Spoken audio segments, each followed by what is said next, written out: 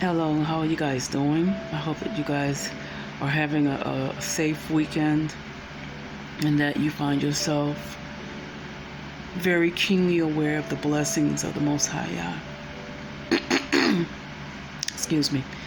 Um, I want to talk about a young lady, a Nigerian young lady.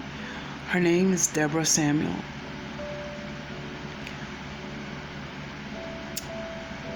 20 in her early 20s. I don't know her exact age. She was studying in college. I don't know what she was matriculating in, what field of study she was studying. She took an exam in class and she passed with a really high score. And it's my understanding that she may have scored the highest or may have been the only student in the class that passed the test. And so this was a really hard exam, and they have a group chat where all the students in the class, in this particular class, were in this group chat, and people were reaching out to her and asking her how did she pass. And there were students from mostly Christians and Muslims were the students in this class, and that were the members or participants of this group chat. And she gave all praise to the Most High, because she said it was the Most High of Yahushua HaMashiach, also known as Jesus Christ of Nazareth, who helped her pass the test with flying colors. I can relate to that because I was an honor student in high school. I excelled academically. I won a full tuition scholarship to Dillard University in New Orleans, where I'm originally from. And I know what it is to be in a classroom and excel. I was a top 10 graduate from my high school, East St. John High School, in the Reserve, Louisiana, which is about 30 or 40 minutes outside of New Orleans. I finished my high school curriculum, my education, outside of New Orleans due to family situations. So I know what it is to be a excellent student. So I related to that because there are times in high school, after high school, even now, as I take different level courses of independent study, I have to rely on the Most High to help me to make it and to pass tests and graduate, if you will. I don't talk about a lot of what I do educationally on social media, but I still participate in courses for independent learning, what have you, career development. But anywho, that's beside the point. I related to what Deborah Samuel said and testified about, because that's my testimony as well. And I don't really know exactly when the conversation in the chat went left, but there were some Muslim students in that chat group, and there were some words that were exchanged between the Muslim students and Miss Samuel, and it was alleged that she spoke out against the Prophet Muhammad. Any of you familiar with Sharia law? I'm not sure where the school was located. Sokoto, I want to say, in Nigeria. I'm not sure. Don't quote me on that. But I guess wherever that school was located, they practice Sharia law. And so the students were very offended. And literally a mob broke out. The student, Miss Samuel, and friends of Miss Samuel got wind that she was, they were going to try to stone her and punish her with death for what she said against the Prophet Muhammad.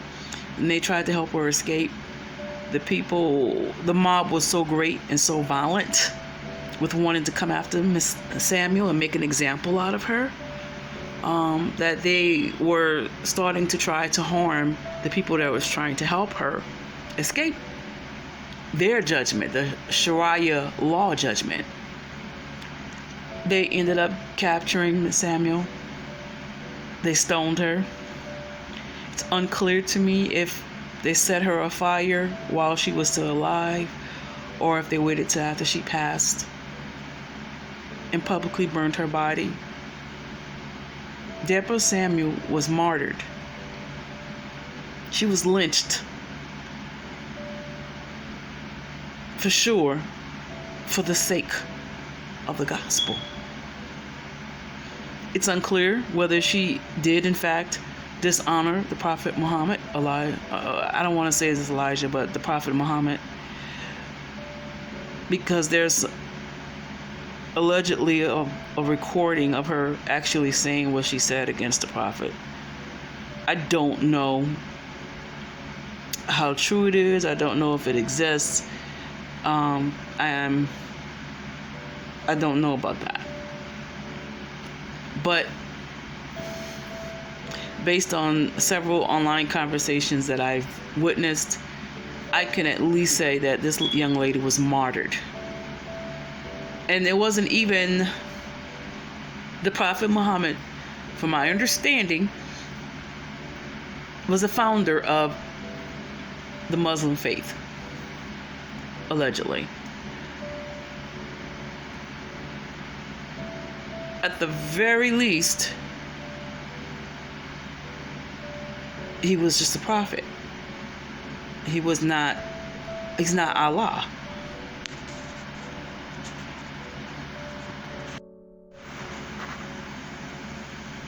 Sorry about that.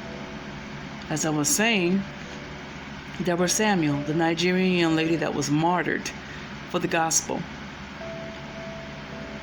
she spoke out against a man people who believe in Islam was used to create this faith. He was not Allah.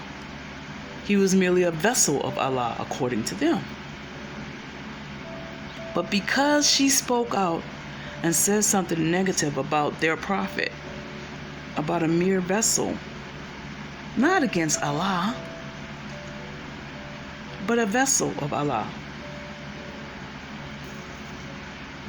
this woman was martyred and executed in a horrific fashion.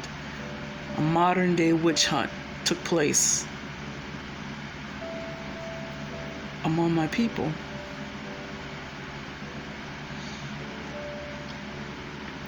And it saddened me when I heard about this. It made my stomach, it turned my stomach in knots. It made me nauseous on many levels. First and foremost, as a woman, I detest to hear of the suffering of another woman, no matter the cause or the circumstances around it.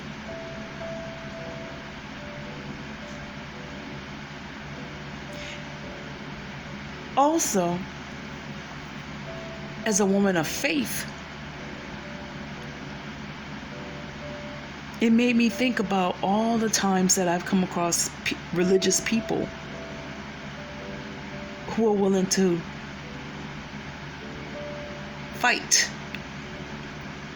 and kill you, whether literally or figuratively or religiously, stoning your reputation, not stoning your body like they did Miss Samuels, but stoning you as a person.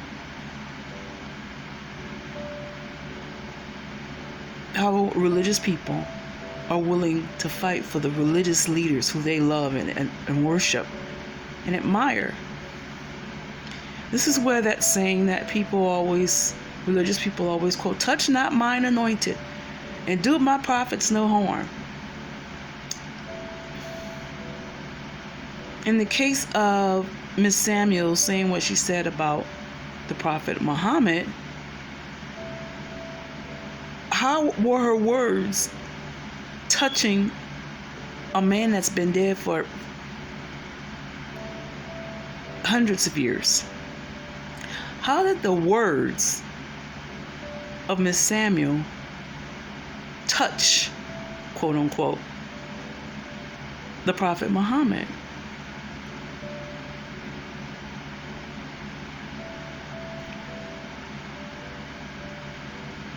Seems like to me that that was very extreme. The very Quran that Muslims teach from, their Quran, the Muslim Bible, if you will, forbids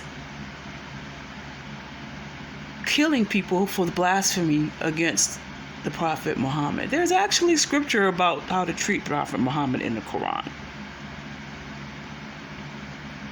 And it doesn't say that you're supposed to kill people who talk against the Prophet. Don't walk in front of the Prophet Muhammad. It said that the Quran teaches that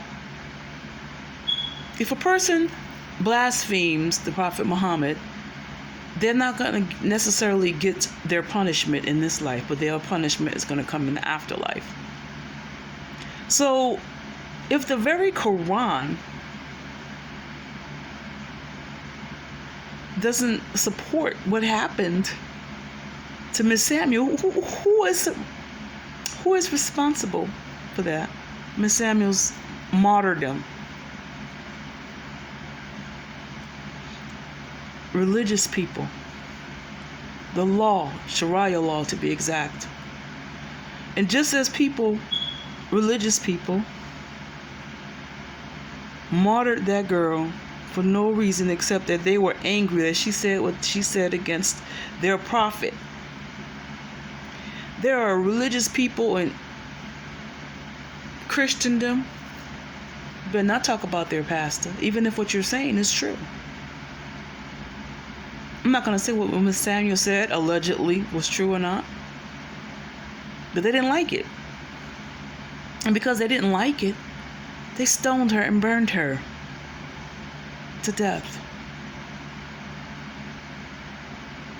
There are people in the Israelite community even that will spoil your reputation and shun you and ban you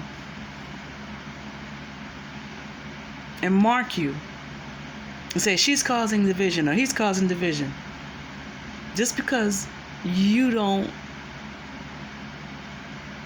like their leader, a dead leader, or some things may be said about a dead leader that they worship, and they will justify the worship of a dead leader and not even realize what they're doing. All of the spirit of religion. Touch not mine anointed and do my prophets no harm. When the spirit of the prophet is subject to the prophets, that means when somebody gets up and prophesy and said that they are a prophet of the Most High, by default, whatever comes out of their mouth has to be judged by the prophets in the presence of that prophecy. That's the word. And anybody that does not want their favorite prophet to be judged according to the word, the spirit of the prophet is subject to the prophets, they're going against the word of the Most High. And they're part of the reason why error is growing rampant in the land, because nobody wants the spirit of the prophet to be subject to the prophets anymore. Everybody's saying, you better not talk about the prophet. Everybody is taking it to the extreme, just like they did Miss Samuel. I don't care what she said against the Prophet Muhammad. She did not deserve to die the way she died.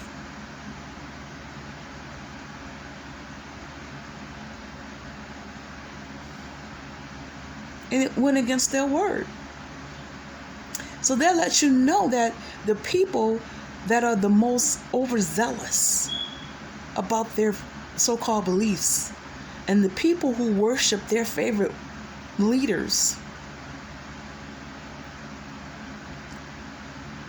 are not being led by the Ruach HaKodesh. They're being led by another spirit. They're being led by another spirit. I don't know what to call it. A religious spirit is the closest thing I can call it. And I've been talking about religious spirits for a long time, blogging about it, making videos about it. I've seen religious spirits do some evil, wicked, diabolical, underhanded, ugly, unyali things, all in the name of worshiping their leaders. Which is why Winona will never worship a leader. Don't care how much that leader is being used by the Most High. Because just like the Most High will use a vessel, the enemy can use a vessel too. The same one. Be careful, my people, how you worship your leaders. Go and on my Detox from Churchianity blog and search for the blog that I wrote, the article that I wrote. Why do you worship your leaders?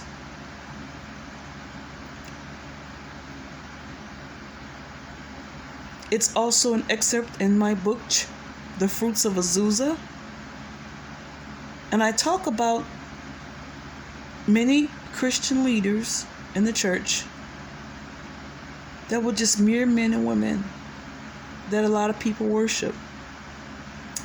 Some people still worship them to this day, dead and alive. But it's dangerous. I don't care how much the Most High uses someone. You have to always be mindful that they're just a vessel. And that means if they're just a vessel, we have to give the glory back to the Most High. And we can't overlook their obvious flaws and sometimes blatant outright sin and rebellion just because at one time the Most High used them.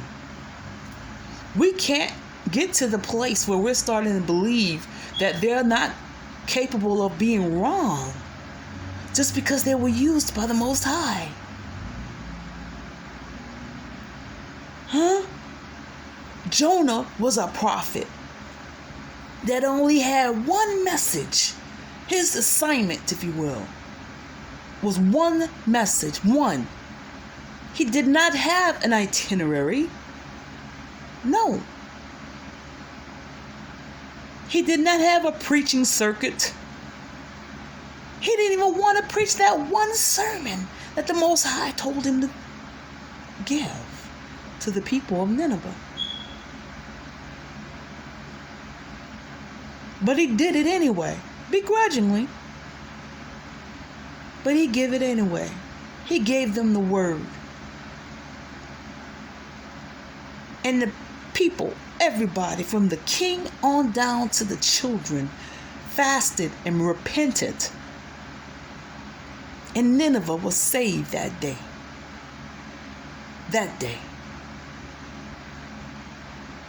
But then after Jonah preached a revival in Nineveh, y'all used Jonah mightily. I mean, he preached a revival that saved the whole city. An entire city, y'all. They don't have revivals like that no more.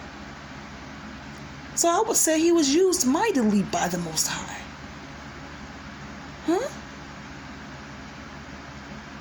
But then he turned around and he was mad. that the Most High saved the people because he was mad that they repented. Can you imagine a prophet that's operating in his call, calling the people to repentance, preaching revival, repentance?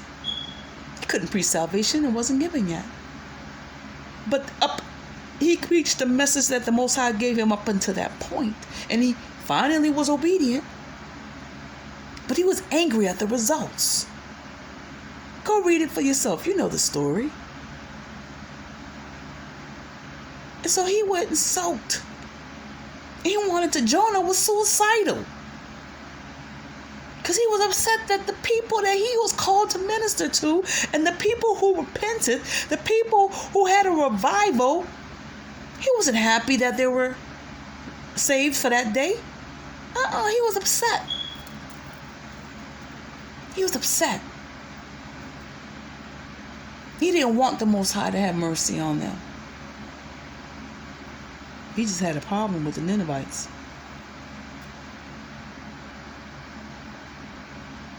So who was using Jonah after he had an attitude? After the revival that the Most High called him to preach, that saved an entire city. Was the Most High using him then? Or was the enemy using him then? Who was using Jonah when the Most High told Jonah to do thus and so, thus and so, thus and so, and Jonah kept running and kept telling y'all, no, I ain't preaching that. I don't want him to get saved. I'm not preaching that. I'm not going to Nineveh. No, I'm not going. Who was using Jonah then? So do you see how almost simultaneously that the Most High can use somebody and the enemy can use them too? We have this treasure in earthen vessel so that the excellency of the power of the Most High is not of us. It's not of you. But that Yah may get all the glory. When you remember that, people, you'll never worship another leader, no matter how much the Most High used them.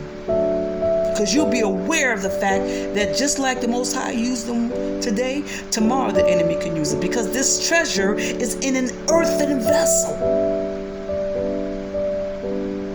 And if the earthen vessel don't die daily to the will of the Father, just like the Father used them today, tomorrow the enemy can use them.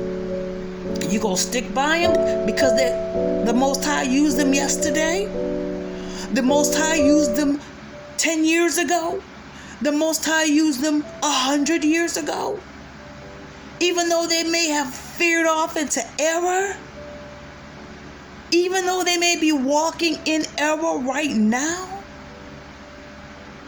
or rebellion, you're going to still follow and worship the leaders when they're in error?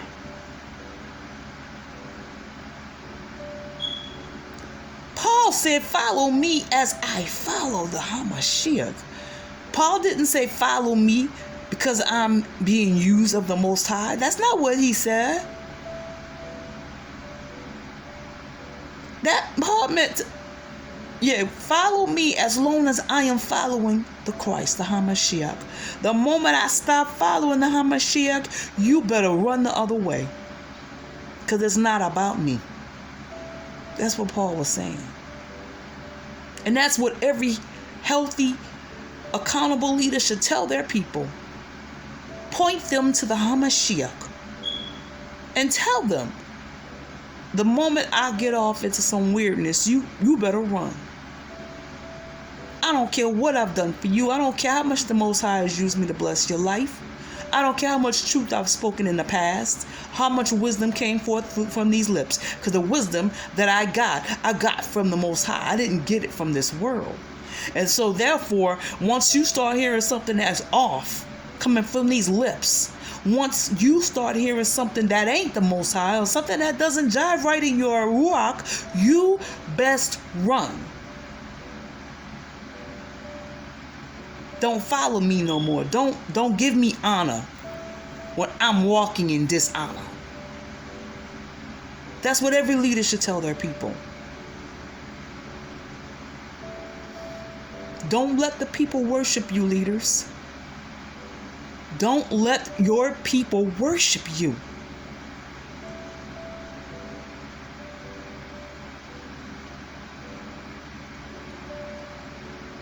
Or they'll do the people like they did Deborah Samuel.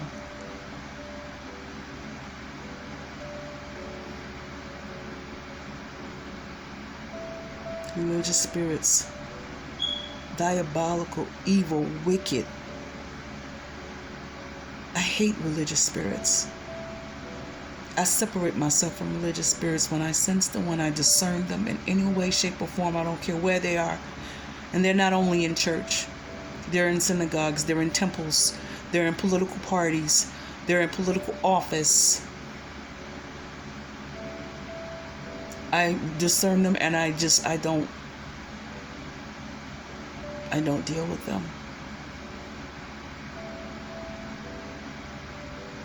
Another symptom of a characteristic, if you will, of a religious spirit is they're willing to kill you for what they believe. They're not interested in you being saved or converted or set free.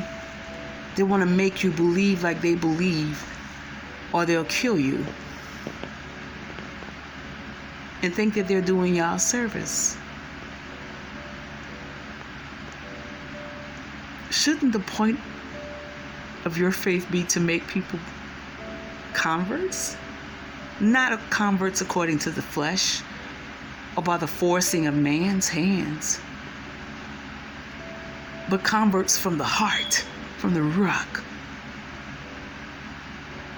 When that truth start hitting that heart of flesh. It used to bounce on a stony heart, but it's a heart of flesh that convicts a person and makes the person believe. Not in you, but in the Most High Yah.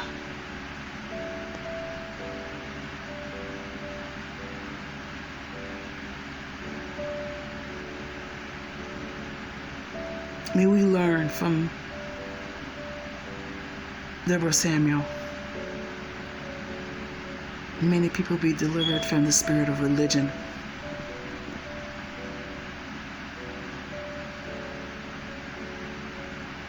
You guys be blessed in the name of Yahushua HaMashiach.